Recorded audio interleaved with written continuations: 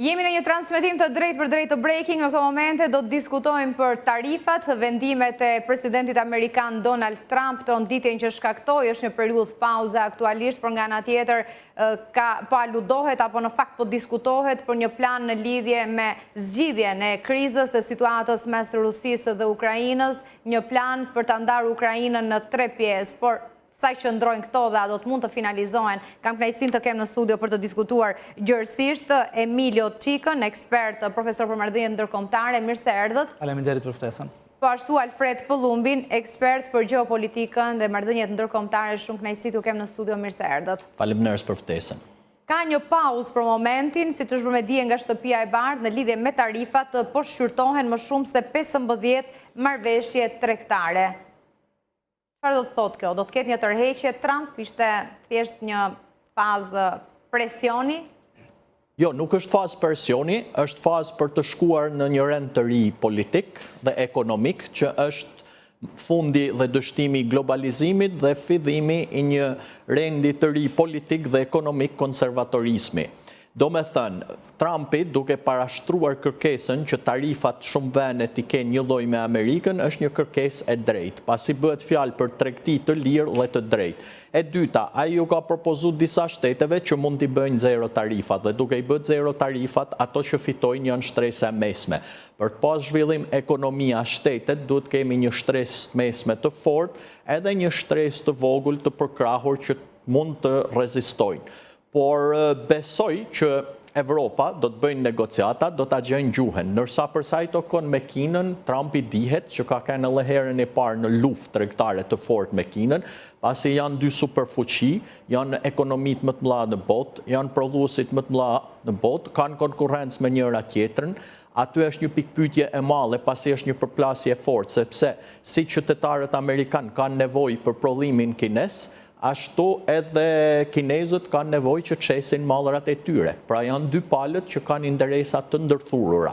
Dhe të dyja palët po luajnë me njëra tjetrën fort, dhe unë kam besim që duke njohur ekonominë e fortë të Amerikës, duke njohur forcën e Trumpit si një biznesmen i suksesshëm, Amerika është e avantazhuar për ta fituar këtë luftë tregtare me Kinën, por uroj që të ketë një marrëveshje që mos të ketë përplasje të forta, se një përplasje mes gjigantëve ekonomik mund të shkaktojnë dëme të mëdha në oshta dhe vendeve tjera të cilat janë në pozita më të dobta.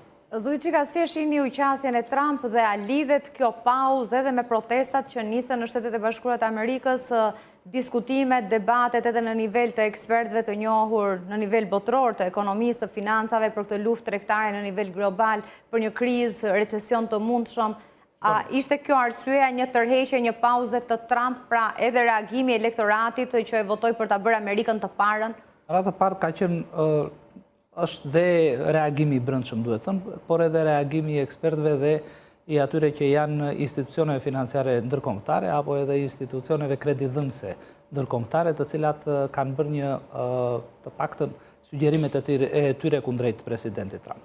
Tani, kjo pauza lidhet kryesisht me vende të cilat ose me një pjesë të mirë të vendeve, duke hequr më janë këtu Kinën. Dhe është një shans i mirë, do thoshja unë, të paktën për vendet europiane, të cilat arrin të hyjnë dhe Bashkimin Evropian në tërësi për të hyrë në një fazë të re negocimi. Është vërtet ajo që u para tha, që hyjmë në një fazë të re të rendit ekonomik apo edhe të rendit politik. Gjë e parë që goditet është vërtet janë politikat globaliste. Proteksionizmi si një teori apo edhe si zbatim nga presidenti Trump është në filozofinë e tij.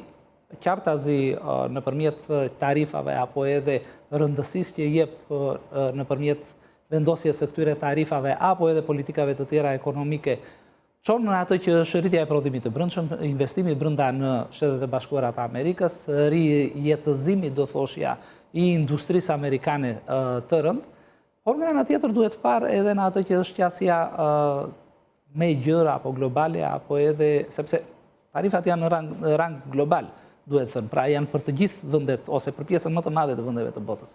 Pa çka se ka diferenca në ato që janë vendosja e tarifave. Çështja është dhe kryesorja është me Kinën. Dhe lufta ose përpjekja e parë në presidencën për një marrëveshje mes tyre? Shkoni, me sa duket, po shkojmë drejt maksimizimit të dyja palëve në atë që janë vendosja e tarifave kundrejt njëra tjetrës. Flasim për madje Shtetet e Bashkuara deklaruan se do shkojnë në 245% të tarifave kundrejt produkteve kineze, por duhet parë edhe se si do kundërreagoj Kina. Dhe ajo që ka një dorë të fortë shteti kinez për të vendosur, apo për të bërë presion, apo për të përdorur si masha negocimi me Shtetet e Bashkuara të Amerikës, janë ato që quhen materialet e ralla.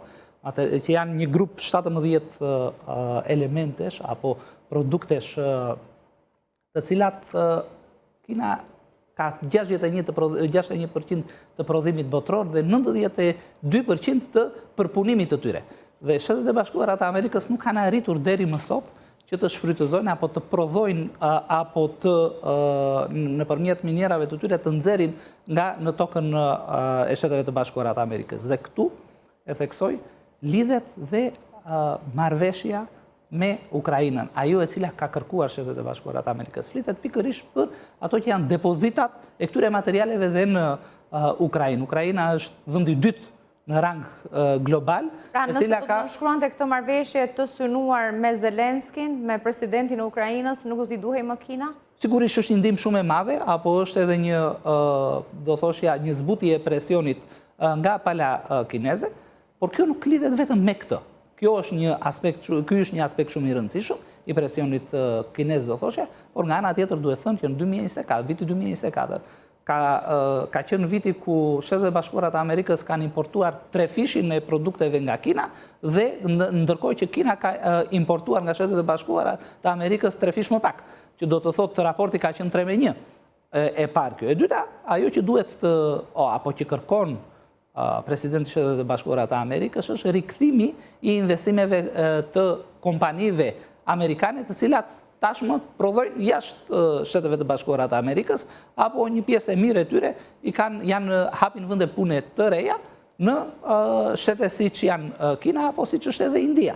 Kështu që rithithja e tyre dhe rikthimi i tyre në tregun amerikan është dhe një nga objektivat e tarifave të vendosura në aspektin konkret kundrejt Kinës. Dhe e treta dhe shumë shkurt mbaroj është marrëdhënia apo presioni që po bëjnë Shtetet e Bashkuara të Amerikës për një sër shtetesh të tjera në lidhje me ato që është tregtia e tyre me Kinën, apo edhe marrëveshje tregtare që ka Kina me këto vende, dhe këtu specifikisht lidhet edhe Bashkimi Evropian, ku gjatë gjithë këtyre viteve ka qenë në një rritje të vazhdueshme të nivelit tregtar me Kinën.